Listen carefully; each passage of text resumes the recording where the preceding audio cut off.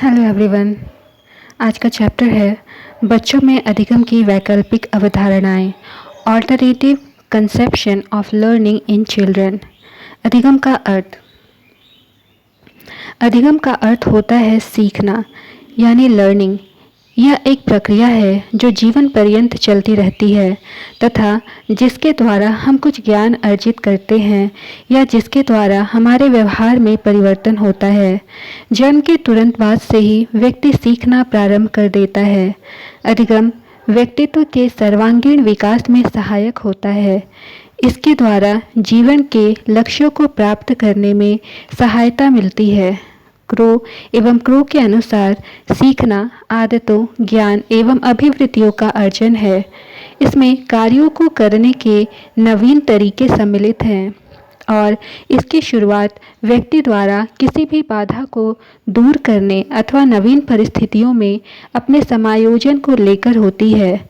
इसके माध्यम से व्यवहार में उत्तरोत्तर परिवर्तन होता रहता है। यह व्यक्ति को अपने अभिप्राय अथवा लक्ष्यों को पाने में समर्थ बनाती है। अधिगम की वैकल्पिक अवधारणाएं। अधिगम की आधुनिक वैकल्पिक अवधारणाओं को निम्नलिखित दो मुख्य श्रेणियों में विभक्त किया जा सकता है: व्यवहारवादी साहचर्य सिद्धांत एवं ज्ञानात्मक व क्षेत्र संगठनात्मक सिद्धांत। व्यवहारवादी साहचर्य सिद्धांत: विभिन्न उद्दीपनों के प्रति सीखने वाले की विशेष अनुक्रियाएं होती हैं। इन उद्दीपनों तथा अनुक्रियाओं के साहचर्य से उसके व्यवहार में जो परिवर्तन आते हैं उसकी व्याख्या करना ही इस सिद्धांत का उद्देश्य होता है। इस प्रकार के सिद्धांतों के अंतर्गत थॉर्नडाइक, वॉटसन और पैवलॉव तथा स्किनर के अधिगम सिद्धांत आते हैं। ज्ञानात्मक व क्षेत्र संगठनात्मक सिद्धांत। अधिगम का यह सिद्धांत सीखने की प्रक्रिया में उद्देश्य, अंतर्दृष्टि और सूझबूझ के महत्व को प्रदर्शित करता है। इस प्रकार के सिद्धांतों के अंतर्गत वर्देमर, कोहलर एवं लेविन के अधिगम सिद्धांत आते हैं। थॉर्नडाइक का प्रयास एवं त्रुटि सिद्धांत। थॉर्नडाइक के अधिगम के सिद्धांत को प्रयास एवं त्रुटि का सिद्धांत, उद्दीपन अनुक्रिया का सिद्धांत, संयोजनवाद सिद्धांत तथा अधिगम का संबंध सिद्धांत इत्यादि नामों से जाना जाता है। थॉर्नडाइक ने अपने अधिगम सिद्धांत से संबंधित एक प्रयोग एक बिल्ली पर किया। उसने एक भूखी बिल्ली को एक विशेष प्रकार के संदूक में बंद कर दिया। इस संदूक का दरवाजा एक खटके अथवा चटकनी के दबने से खुलता था। संदूक के बाहर मछली का एक टुकड़ा इस प्रकार रखा कि अंदर से बिल्ली को वह स्पष्ट दिखाई दे पड़ता रहे।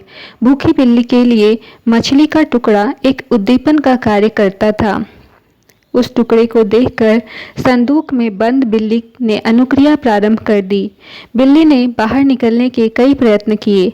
काफ़ी देर तक बिल्ली संदूक के अंदर ही उछलती कूदती रही तथा उसने अनेक अनुक्रियाएं प्रयत्न तथा भूल के आधार पर की। एक बार संयोगवश बिल्ली का पंजा संदूक के दरवाजे पर पड़ा और वह खुल गया। बिल्ली ने बाहर खड़ा हुआ मछली का टुकड़ा खा लिया। बिल्ली ने बाहर पड़ा हुआ रखा हुआ मछली का टुकड़ा खा लिया। थॉर्नडाइक ने उपरोक्त प्रयोग को दोहराया। उसने उसी बिल्ली को भूखा रखकर उसी संदूक में बंद कर दिया। बिल्ली ने फिर पहले जैसी अनुक्रिया प्रारंभ की तथा संयोगवश उसका पंजा उसी संदूक के दरवाजे पर पड़ा और वह बाहर निकलकर मछली का टुकड़ा पाने में कामयाब हो गई। इस प्रकार थॉर्नडाइक ने इस प्रयोग को कई बार दोहराया। जैसे जैसे प्रयोग की संख्या बढ़ती गई वैसे वैसे ही बिल्ली कम प्रयास तथा कम भूल करती हुई बाहर निकलती रही एवं बिल्ली की गलत अनुक्रियाओं में कमी होती रही। अंत में एक समय ऐसा आया कि जब बिल्ली बिना कोई भूल किए संदूक का दरवाजा खोलना सीख गई। उपरोक्त प्रयोगों के आधार पर थॉर्नडाइक ने अधिगम के प्रयास एवं त्रुटि के सिद्धांत का प्रतिपादन किया। इसके अनुसार सीखने की प्रक्रिया में व्यक्ति गलतियां कर सकता है, किंतु बार बार किए गए प्रयासों के बाद वह सीखने में सफल हो जाता है। इस प्रक्रिया में उद्दीपक की भी प्रमुख भूमिका होती है। उद्दीपक व्यक्ति को सीखने के लिए प्रेरित करता है। थॉर्नडाइक के उपरोक्त सिद्धांत के निम्नलिखित शैक्षिक महत्व हैं। पहला, शिक्षक इस सिद्धांत के द्वारा ही समझते हैं कि बालक विभिन्न कौशलों को सीखने की प्रक्रिया में गलतियां कर सकते हैं। दूसरा, इस सिद्धांत के आधार पर बालकों को सीखने के लिए अभिप्रेरित करने पर जोर दिया जाता है। तीसरा, इस सिद्धांत के आधार पर बार बार के अभ्यास से बालक की आदतों में सुधार किया जा सकता है एवं उसकी गलतियों को कम किया जा सकता है। चौथा, यह सिद्धांत बताता है कि सीखने हेतु कार्य को दोहराना आवश्यक है। वॉटसन एवं पेवलोव का शास्त्रीय अनुबंध का सिद्धांत। वॉटसन का प्रयोग। वॉटसन नामक मनोवैज्ञानिक ने स्वयं अपने 11 माह के पुत्र अल्बर्ट के साथ एक प्रयोग किया। उसे खेलने के लिए एक खरगोश दिया। बच्चे को उस खरगोश के नरम नरम बालों पर हाथ फेरना अच्छा लगता था। वॉटसन ने बच्चे को कुछ दिनों तक ऐसा करने दिया। कुछ समय पश्चात वॉटसन ने ऐसा किया कि जब बच्चा खरगोश को छूता था, वह यानी वॉटसन एक तरह की डरावनी आवाज़ पैदा करने लगता था। ऐसा वॉटसन ने कुछ दिनों तक किया। परिणाम यह हुआ कि डरावनी आवाज़ के न किए जाने पर भी बच्चे को खरगोश को देखने से ही डर लगने लगा। इस तरह भय की अनुक्रिया खरगोश यानी कृत्रिम उद्दीपक के साथ अनुबंधित हो गई और इस अनुबंधन के फलस्वरूप उसने खरगोश से डरना सीख लिया। प्रयोग को आगे बढ़ाने पर देखा गया कि बच्चा खरगोश से ही नहीं बल्कि ऐसी सभी चीज़ों से डरने लगा जिसमें खरगोश के बाल जैसी नरमी और कोमलता हो। पेवलोव का प्रयोग। पेवलोव ने अपने प्रयोग में एक कुत्ते को भूखा रखकर उसे प्रयोग करने वाली मेज के साथ बांध दिया। उसने एक कुत्ते की लार ग्रंथियों का ऑपरेशन कर दिया जिससे कि उसकी लार की बूंदों को परख नली में एकत्रित कर लार की मात्रा मापी जा सके। उसने स्वतः चालित यांत्रिक उपकरणों की सहायता से कुत्ते को भोजन देने की व्यवस्था की। घंटी बजने के साथ ही कुत्ते के सामने भोजन प्रस्तुत हो जाता था। भोजन को देखकर कुत्ते के मुंह में लार आना स्वाभाविक था। इस लार को पाइप से जुड़ी एक परख नली में एकत्रित कर लिया जाता था। इस प्रयोग को कई बार दोहराया गया और एकत्रित लार की मात्रा का माप लिया जाता रहा।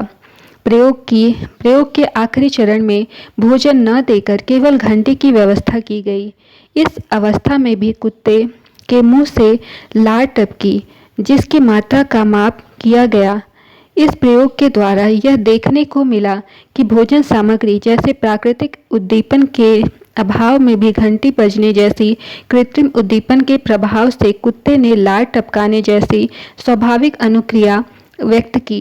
कुत्ते ने यह सीखा था कि जब घंटी बजती है तब खाना मिलता है। सीखने के इसी प्रभाव के कारण घंटी बजने पर उसके मुंह से लार निकलना प्रारंभ हो जाता था।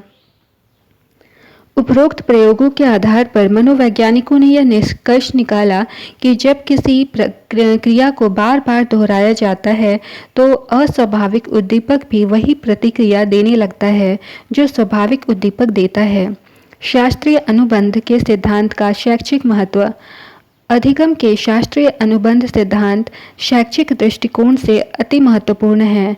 शिक्षण अधिगम प्रक्रिया में इसका प्रयोग निम्नलिखित रूपों में किया जा सकता है। पहला, स्वभाव निर्माण। उपरोक्त सिद्धांत के आधार पर बालक में भय, प्रेम एवं घृणा के भाव आसानी से उत्पन्न किए जा सकते हैं। दूसरा, अभिवृत्ति का विकास। बालक में विशेष प्रकार की अभिवृत्ति के विकास में उपरोक्त सिद्धांत शिक्षकों की सहायता करता है। तीसरा, मानसिक एवं संवेगात्मक अस्थिरता का उपचार। मानसिक एवं संवेगात्मक रूप से अस्थिर बालकों के उपचार में भी उपरोक्त सिद्धांत प्रभावकारी साबित होता है। स्किनर का सक्रिय अनुबंधन का सिद्धांत। स्किनर ने अधिगम के जिस सिद्धांत का प्रतिपादन किया उसे सक्रिय अनुबंधन का सिद्धांत कहा जाता है।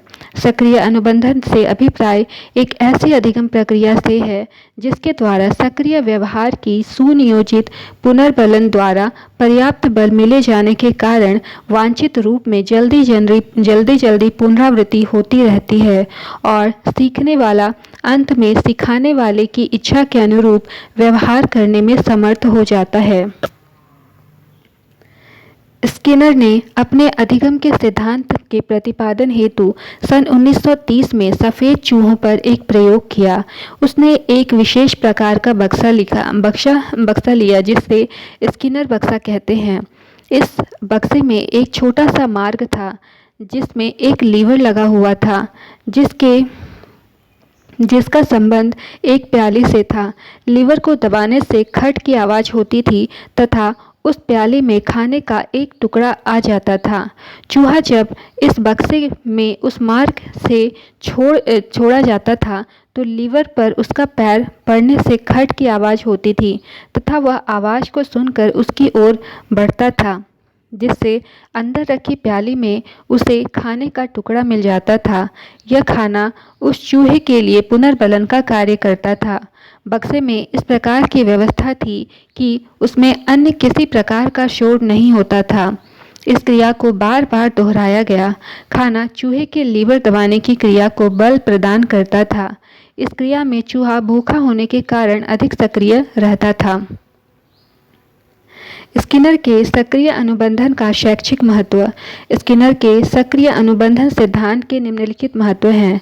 पहला, स्किनर के सिद्धांत के आधार पर पाठ्य वस्तु को छोटे छोटे पदों में बांटने पर बल दिया जाता है, जिससे अधिगम शीघ्र एवं प्रभावकारी हो जाता है। दूसरा, छात्रों के व्यवहार को वांछित स्वरूप तथा दिशा प्रदान करने में यह सिद्धांत शिक्षकों की सहायता करता है। तीसरा, यह सिद्धांत बताता है कि यदि छात्रों को उनके प्रयासों के परिणाम का ज्ञान करा दिया जाए तो विद्यार्थी अपने कार्य में अधिक उन्नति कर सकते हैं। चौथा, इस सिद्धांत का प्रयोग अभिक्रमित अधिगम के लिए किया गया है। पांचवा, सक्रिय अनुबंधन में पुनर्बलन का अत्यधिक महत्व है। पुनर्बलन के अनेक रूप हो सकते हैं, जैसे दंड, पुरस्कार, परिणाम का ज्ञान इत्यादि। कोहलर का अंतर्दृष्टि या सूझ का सिद्धांत। अंतर्दृष्टि अर्थात सूझबूझ के द्वारा सीखने का सिद्धांत गेस्टाल्टवादी मनोवैज्ञानिकों की देन है। इन मनोवैज्ञानिकों में वर्दीमर, कोहलर, कोफका और लेविन के नाम विशेष रूप से उल्लेखनीय हैं। गेस्टाल्ट एक जर्मन शब्द है जिसका अर्थ होता है एक आकृति को पूर्णता या समग्रता के रूप में लेना। गेस्टाल्टवादी सिद्धांत को प्रतिपादित करने के लिए कोहलर ने एक प्रयोग किया। कोहलर ने एक कमरे में सुल्तान नामक एक भूखे चिंपैंजी को बंद कर दिया। उसने कमरे की छत में कुछ केले टांग दिए जो कि चिंपैंजी की पहुंच से बाहर थे। उसने कमरे में 3-4 खाली बक्से भी डाल दिए। चिंपैंजी केलों को देखकर उछल कूद कर उन्हें प्राप्त करने का प्रयत्न करता, परंतु वह केलों को प्राप्त करने में अपने को असफल पाता। कुछ समय बाद वह फर्श पर रखे हुए खाली बक्सों को देखता। पहले वह एक बक्से को केलों के नीचे रखता तथा वह उस बक्से पर चढ़कर केला प्राप्त करने का प्रयत्न करता है, परंतु वह केला प्राप्त नहीं कर पाता है। कुछ समय बाद वह दूसरा बक्सा भी पहले बक्से पर रखता है, परंतु वह अब भी केले प्राप्त करने में असफल रहता है। इसके बाद उसे तीसरा बक्सा दिखाई देता है। वह तीसरे बक्से को दूसरे पर रखकर उस पर चढ़ जाता है तथा केले प्राप्त करने में सफल हो जाता है। यह उसकी अंतर्दृष्टि ही है कि वह बक्सों को क्रम में रखकर केले प्राप्त कर लेता है। एक अन्य प्रयोग में चिंपैंजी को एक पिंजरे में बंद कर दिया गया। पिंजरे में दो ऐसी छड़ियां रखी हुई थी जिन्हें जोड़कर एक बड़ी छड़ी बनाई जा सकती थी। पिंजरे के बाहर कुछ केले रख दिए गए। चिंपैंजी ने हाथ बढ़ाकर केले प्राप्त करने की कोशिश की, किंतु असफल रहा। छड़ियों से खेलते हुए एक बार अचानक दोनों छड़ी आपस में जुड़ गई। अब वह बड़ी छड़ी से केले को अपनी ओर खींचने में सफल हो गया। उपरोक्त प्रयोगों के आधार पर यह निष्कर्ष निकाला गया कि चिंपैंजियों ने परिस्थितियों का अपने समग्र रूप में प्रत्यक्षीकरण किया, परिस्थितियों में उपलब्ध सामग्री तथा समस्या के हर पहलू का गंभीरतापूर्वक विश्लेषण कर उचित संबंध स्थापित करने की चेष्टा की। अंत में समस्याओं और उनसे संबंधित पहलुओं को तुरंत ही समझकर उनका हल उनके मस्तिष्क में अचानक ही कौंध गया। अंतर्दृष्टि सिद्धांत की शैक्षिक उपयोगिता। जब कुछ पढ़ाया जाए अथवा कुछ सीखने के लिए कहा जाए तो उसे अपने समग्र रूप में ही बच्चों के सामने प्रस्तुत किया जाए। बच्चों के बौद्धिक विकास हेतु उनकी अंतर्दृष्टि अथवा सूझबूझ बहुत सहायक होती है। इसलिए इस विधि के द्वारा अधिक से अधिक कार्यों को करने के लिए बालकों को प्रोत्साहित करना चाहिए।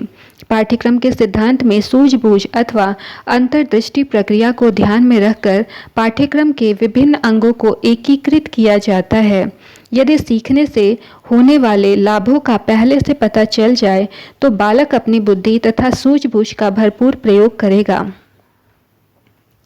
लेविन का अधिगम संबंधी क्षेत्र सिद्धांत।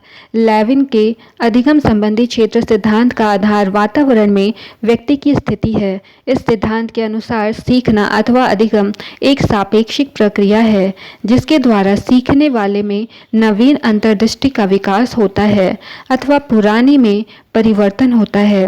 व्यक्ति के व्यवहार को समझने हेतु व्यक्ति की स्थिति को उद्देश्यों से संबंधित मानचित्र में निर्धारित करने तथा प्रयत्नों की जानकारी आवश्यक है। इस सिद्धांत के 4 मुख्य तत्व हैं: शक्ति, अभिप्रेरणा, जीवन विस्तार एवं अवरोधम। शक्ति। व्यक्ति अपने जीवन में सदैव उद्देश्यों से प्रेरणा ग्रहण करता है। उद्देश्य कभी सकारात्मक तो कभी नकारात्मक शक्तियाँ रखते हैं। सकारात्मक उद्देश्य वे होते हैं जिनसे प्रेरित होकर व्यक्ति उस ओर बढ़ता है। नकारात्मक उद्देश्य से व्यक्ति पीछे हटने की कोशिश करता है। अधिगम के इस सिद्धांत के अनुसार बालक के सम्मुख सकारात्मक तथा नकारात्मक शक्तियाँ उत्पन्न रहती हैं जो अधिगम की प्रेरणा देती हैं। अभिप्रेरणा। अभिप्रेरणा वह प्रक्रिया है जिसमें प्रेरक विशिष्ट उद्देश्यों के साथ संबंधित होते हैं और इस प्रेरक की संतुष्टि इन उद्देश्यों को प्राप्त करके होती है। जीवन विस्तार। व्यक्ति की कुछ आवश्यकताएं तथा योग्यताएं होती हैं जो कि व्यक्ति में निहित होती हैं, लेकिन फिर लेविन ने व्यक्ति की सीमा की अवधारणा की। इसके पश्चात वातावरण आता है जो कि जीवन विस्तार की सीमा से घिरा होता है।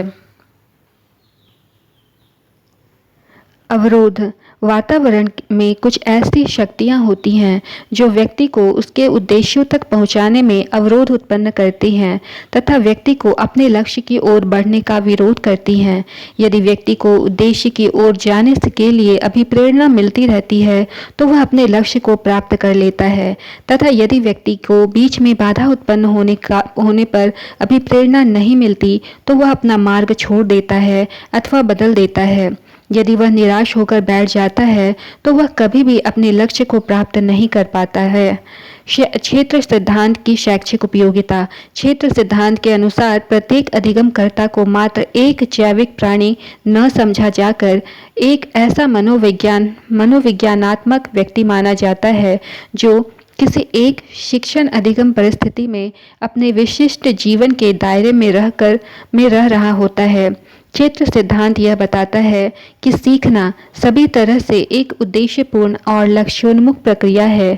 क्षेत्र सिद्धांत की सहायता से शिक्षकों को शिक्षण अधिगम व्यवस्था के उचित नियोजन, व्यवस्था तथा प्रबंधीकरण में सहायता मिलती है। कार्ल रोजर्स का अनुभवजन्य अधिगम सिद्धांत। कार्ल रैनसम रोजर्स नामक अमेरिकन मनोवैज्ञानिक ने प्रौढ़ व्यक्तियों की अधिगम प्रक्रिया को स्पष्ट करने के लिए अनुभवजन्य अधिगम सिद्धांत का प्रतिपादन किया। उन्होंने अधिगम को 2 मुख्य प्रकारों, संज्ञानात्मक अधिगम तथा अनुभवजन्य अधिगम में विभक्त किया। उन्होंने बताया कि संज्ञानात्मक अधिगम को जब तक उपयोग में नहीं लाया जाए यह अपने आप में पूरी तरह निरर्थक ही होता है। इस अधिगम का आधार और प्रयोजन मात्र ज्ञान की प्राप्ति ही होता है। शब्द ज्ञान, गणितीय ज्ञान, भौगोलिक तथा ऐतिहासिक तथ्यों एवं घटनाओं की जानकारी आदि इसी प्रकार के अधिगम के अंतर्गत आते हैं। अनुभवजन्य अधिगम के बारे में उन्होंने बताया कि यह मात्र ज्ञानार्जन में ही नहीं बल्कि व्यक्ति विशेष की संपूर्ण प्रगति और उसके कल्याण में विशेष रूप से सहायक सिद्ध होता है। अनुभवजन्य अधिगम में अधिगमकर्ता की अपनी व्यक्तिगत रुचि एवं तल्लीनता का पूरा समावेश पाया जाता है। यह सिद्धांत बताता है कि मानव होने के नाते व्यक्ति में सीखने की स्वाभाविक रूप से ही उत्कट अभिलाषा रहती है और सभी व्यक्ति वृद्धि एवं विकास को प्राप्त करना चाहते हैं। इसलिए अपनी स्वाभाविक रुचि तथा इच्छा को ध्यान में रखते हुए प्रगति पथ पर अग्रसर रहने के लिए कुछ न कुछ सीखते रहने की कोशिश करते हैं। अनुभवजन्य अधिगम सिद्धांत की शैक्षिक उपयोगिता। यह सिद्धांत अधिगम हेतु उचित रूप से लाभदायक एवं सकारात्मक अधिगम परिस्थितियों का आयोजन करने में सहायक होता है। इस सिद्धांत की सहायता से छात्रों के लिए अधिगम स्रोतों एवं संसाधनों की व्यवस्था करने में सहायता मिलती है। अधिगम प्रक्रिया में एक महत्वपूर्ण चरण के रूप में बालकों की त्रुटियों को समझना। अधिगम प्रक्रिया में एक महत्वपूर्ण चरण के रूप में बालकों की त्रुटियों को समझने तथा उसमें आवश्यक सुधार लाने के लिए यह आवश्यक है कि शिक्षक को अधिगम को प्रभावित करने वाले कारकों के बारे में पर्याप्त जानकारी हो। अधिगम को प्रभावित करने वाले कारकों को निम्नलिखित वर्गों में विभाजित किया जा सकता है। पहला, अधिगमकर्ता से संबंधित कारक। दूसरा, अध्यापक से संबंधित कारक। तीसरा, विषय वस्तु से संबंधित कारक। चौथा, प्रक्रिया से संबंधित कारक। अधिगमकर्ता से संबंधित कारक। अधिगमकर्ता का शारीरिक एवं मानसिक स्वास्थ्य कैसा है, उसकी क्षमता कितनी है, वह क्या हासिल करना चाहता है, उसके जीवन का उद्देश्य क्या है, इन बातों पर उसके सीखने की गति, इच्छा एवं रुचि निर्भर करती है। अध्यापक से संबंधित कारक। अधिगम की प्रक्रिया को प्रभावित करने में शिक्षक की भूमिका महत्वपूर्ण होती है।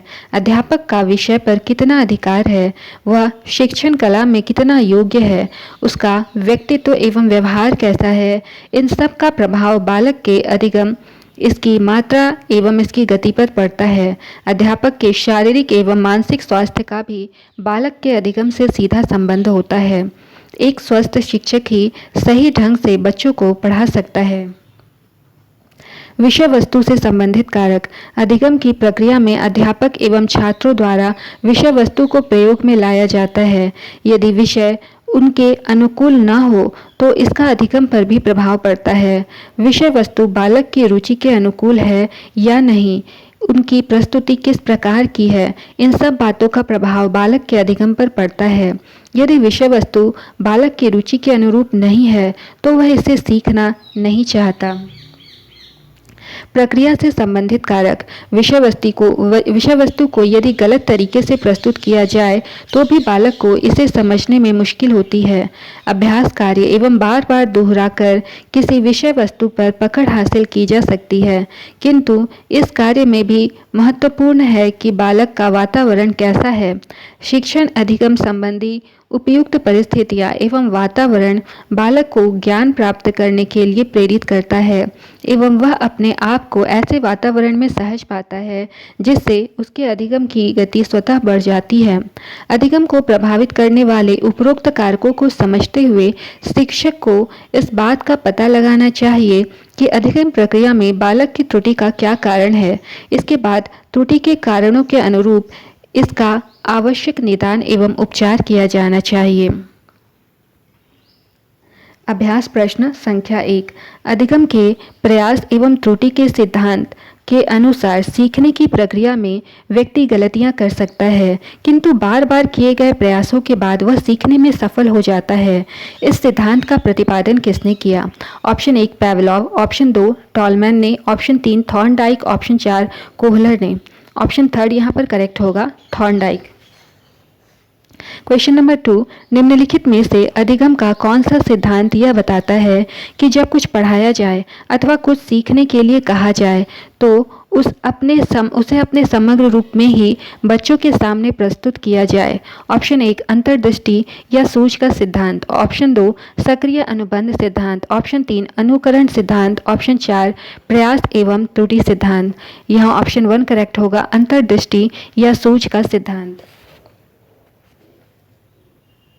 क्वेश्चन नंबर 3, सीखना विकास की प्रक्रिया है, यह कथन किसका है? Option 1 Gates, option 2 Woodworth, option 3 Skinner, option 4 Kohler. यहाँ ऑप्शन 2 करेक्ट होगा, वुडवर्थ। क्वेश्चन 4, अधिगम की प्रक्रिया के एक चरण के रूप में छात्रों की त्रुटियों का पता लगाने के लिए शिक्षक को निम्नलिखित में से किसकी जानकारी सर्वाधिक आवश्यक है? ऑप्शन 1 अधिगम की वैकल्पिक अवधारणाएं, ऑप्शन 2 अधिगम को प्रभावित करने वाले कारक, ऑप्शन 3 अधिगमकर्ता की सामाजिक आर्थिक स्थिति, ऑप्शन 4 उपरोक्त सभी। यह ऑप्शन 2 करेक्ट होगा, अधिगम को प्रभावित करने वाले कारक। क्वेश्चन नंबर 5, निम्नलिखित में से किस शिक्षा मनोवैज्ञानिक ने अभिप्रेरण एवं अधिगम के बीच संबंध स्थापित करते हुए यह कहा कि अभिप्रेरण से उत्पन्न क्रियाशीलता ही सीखने के लिए उत्तरदायी है? Option 1 Kohler, option 2 Skinner, option 3 Thorndike, option 4 Woodworth. तो यहाँ ऑप्शन 2 करेक्ट है, स्किनर। क्वेश्चन नंबर 6, सीखने के उद्दीपक अनुक्रिया सिद्धांत के मुख्य प्रतिपादक कौन है? Option 1 Thorndike, option 2 Pavlov, option 3 Kohler, option 4 Skinner. यहाँ ऑप्शन 1 करेक्ट है, थॉर्नडाइक। क्वेश्चन 7, सीखने की असफलताओं का कारण समझने की असफलताएं हैं, यह कथन किसका है? Option 1 Pavlov, option 2 Skinner, option 3 Mursell, option 4 Woodworth. यहाँ ऑप्शन 3 करेक्ट है, मर्सेल। क्वेश्चन 8, जब किसी क्रिया को बार बार दोहराया जाता है तो अस्वाभाविक उद्दीपक भी वही प्रतिक्रिया देने लगता है जो स्वाभाविक उद्दीपक देता है। यह अधिगम का निम्नलिखित में से कौन सा सिद्धांत है? ऑप्शन 1 अंतर्दृष्टि सिद्धांत, ऑप्शन 2 शास्त्रीय अनुबंध सिद्धांत, ऑप्शन 3 अनुकरण सिद्धांत, ऑप्शन 4 अनुभवजन्य अधिगम सिद्धांत। यहाँ ऑप्शन 2 करेक्ट है, शास्त्रीय अनुबंध सिद्धांत। क्वेश्चन नंबर 9, अनुभवजन्य अधिगम सिद्धांत की शैक्षिक उपयोगिता निम्नलिखित में से कौन सी हो सकती है? ऑप्शन 1 यह सिद्धांत बताता है कि सीखना सभी तरह से एक उद्देश्यपूर्ण और लक्ष्योन्मुखी प्रक्रिया है। ऑप्शन 2 यह सिद्धांत बताता है कि जब कुछ पढ़ाया जाए अथवा कुछ सीखने के लिए कहा जाए तो उसे अपने समग्र रूप में ही बच्चों के सामने प्रस्तुत किया जाए। ऑप्शन 3 छात्रों के व्यवहार को वांछित स्वरूप तथा दिशा प्रदान करने में यह सिद्धांत शिक्षकों की सहायता करता है। ऑप्शन 4 इस सिद्धांत की सहायता से छात्रों के लिए अधिगम स्रोतों एवं संसाधनों की व्यवस्था करने में सहायता मिलती है। यहाँ ऑप्शन 4 करेक्ट है, इस सिद्धांत की सहायता से छात्रों के लिए अधिगम स्रोतों एवं संसाधनों की व्यवस्था करने में सहायता मिलती है। क्वेश्चन 10, निम्नलिखित में से कौन सा सिद्धांत छात्रों के व्यवहार को वांछित स्वरूप तथा दिशा प्रदान करने में शिक्षकों की सहायता करता है? ऑप्शन 1 अंतर्दृष्टि सिद्धांत, ऑप्शन 2 प्रयास एवं त्रुटि का सिद्धांत, ऑप्शन 3 अनुकरण सिद्धांत, ऑप्शन 4 अनुभवजन्य अधिगम सिद्धांत। यहाँ ऑप्शन 2 करेक्ट होगा, प्रयास एवं त्रुटि का सिद्धांत। क्वेश्चन नंबर 11, अधिगम के किस सिद्धांत के आधार पर बालक में भय, प्रेम एवं घृणा के भाव आसानी से उत्पन्न किए जा सकते हैं? ऑप्शन 1 अनुभवजन्य अधिगम सिद्धांत, ऑप्शन 2 अंतर्दृष्टि सिद्धांत, ऑप्शन 3 शास्त्रीय अनुबंधन सिद्धांत, ऑप्शन 4 प्रयास एवं त्रुटि का सिद्धांत। यहाँ ऑप्शन 3 करेक्ट होगा, शास्त्रीय अनुबंधन सिद्धांत। क्वेश्चन नंबर 12, अधिगम का कौन सा सिद्धांत यह बताता है कि सीखने हेतु कार्य को दोहराना आवश्यक है? ऑप्शन 1 प्रयास एवं त्रुटि का सिद्धांत, ऑप्शन 2 शास्त्रीय अनुबंधन सिद्धांत, ऑप्शन 3 अनुभवजन्य अधिगम सिद्धांत, ऑप्शन 4 अनुकरण का सिद्धांत। तो यहाँ ऑप्शन 3 करेक्ट होगा, अनुभवजन्य अधिगम सिद्धांत। क्वेश्चन नंबर 13, अधिगम के संदर्भ में शिक्षा शास्त्रियों एवं मनोवैज्ञानिकों ने विविध प्रकार की परिभाषा दी है। इन परिभाषाओं के अनुसार अधिगम ब्लैंक चलने वाली एक निरंतर प्रक्रिया है। ऑप्शन 1 जीवन पर्यंत, ऑप्शन 2 किशोरावस्था तक, ऑप्शन 3 वृद्धावस्था तक, ऑप्शन 4 युवावस्था तक। तो यहाँ ऑप्शन 1 करेक्ट होगा, जीवन पर्यंत।